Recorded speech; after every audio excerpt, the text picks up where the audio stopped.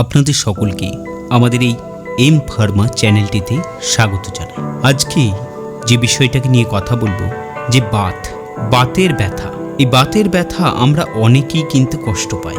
বয়সের সাথে সাথে শরীরের বিভিন্ন অংশে এই ব্যথা হতে থাকে। এই ব্যথা এতটা তীব্র হয়, কখনো কখনো আপনি ঘুমোতে পারেন না বা হাঁটতে অসুবিধা হয়। এই বাত ব্যথা কেন হয় ও এর প্রতিকার কি করলে এই বাত ব্যথাকে আমরা নিয়ন্ত্রণ করতে পারবো, আজকে এর সম্বন্ধে আলোচনা।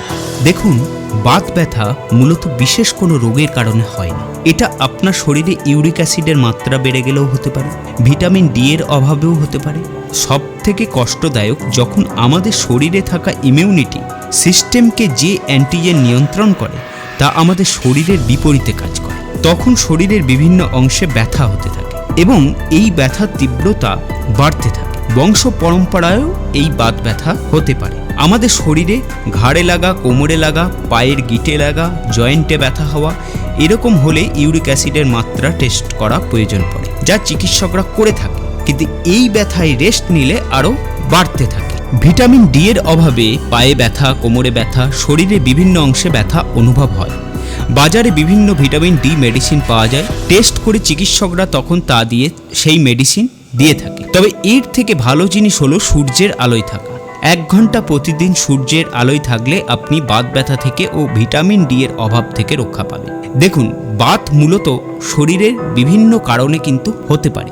এখন শরীরের অ্যান্টিজেন যদি আমাদের বিপরীতে কাজ করে, মানে শরীরের ইমিউনিটি সিস্টেম যদি আমাদের বিপরীতে কাজ করে, তবে চিকিৎসকরা পরীক্ষা করার পর অ্যান্টিবডি মেডিসিনের মাধ্যমে তার চিকিৎসা করে থাকে।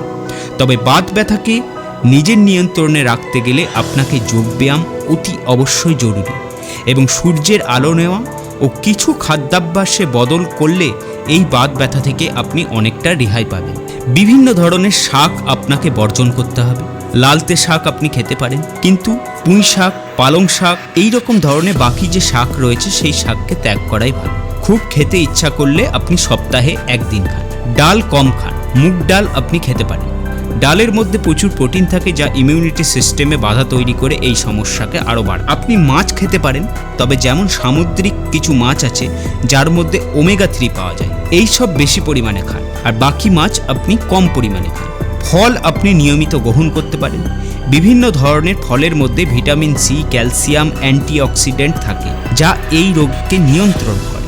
বাজারে এর মেডিসিন সাপ্লিমেন্ট পাওয়া যায়, তা আপনি গ্রহণ করতে পারেন। নিয়মিত ব্যায়াম, খাদ্যাভ্যাস ও ডাক্তারের পরামর্শ নিয়ে টেস্ট করে সেই মতো চিকিৎসায় থাকলে 2-3 বছরের মধ্যে আমরা বাতের সমস্যা থেকে রেহাই পাব। আমাদের মনে রাখতে হবে, বাত কোনো নির্দিষ্ট রোগ নয়, তাই এর একেবারে নির্মূল হওয়া সম্ভব নয়। তবে একে নিজের নিয়ন্ত্রণে রাখা অতি অবশ্যই কিন্তু সম্ভব। তাই সতর্ক থাকুন। যে আলোচনা আমরা করলাম সেই মতো ভাবে যদি আমরা চলতে পারি, তাহলে অনেকটা উপশম কিন্তু আমরা পাবো। পরের একটি ভিডিওতে অন্য একটি টপিক নিয়ে আলোচনা করব। ততক্ষণ সুস্থ থাকবেন, ভালো থাকবেন।